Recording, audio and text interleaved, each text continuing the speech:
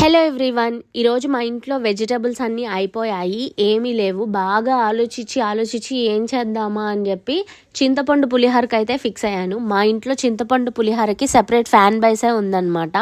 అందరికీ చాలా ఇష్టము.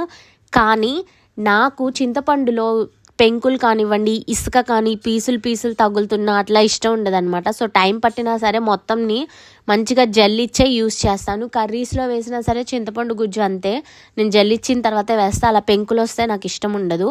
తినేటప్పుడు ఎటువంటి డిస్టర్బెన్స్ ఉండకూడదు అనమాట, ప్రశాంతంగా తినగలగాలి. సో నాకు అలా ఇష్టము. పైగా నేను టెంపుల్ స్టైల్లో ప్రిపేర్ చేస్తాను.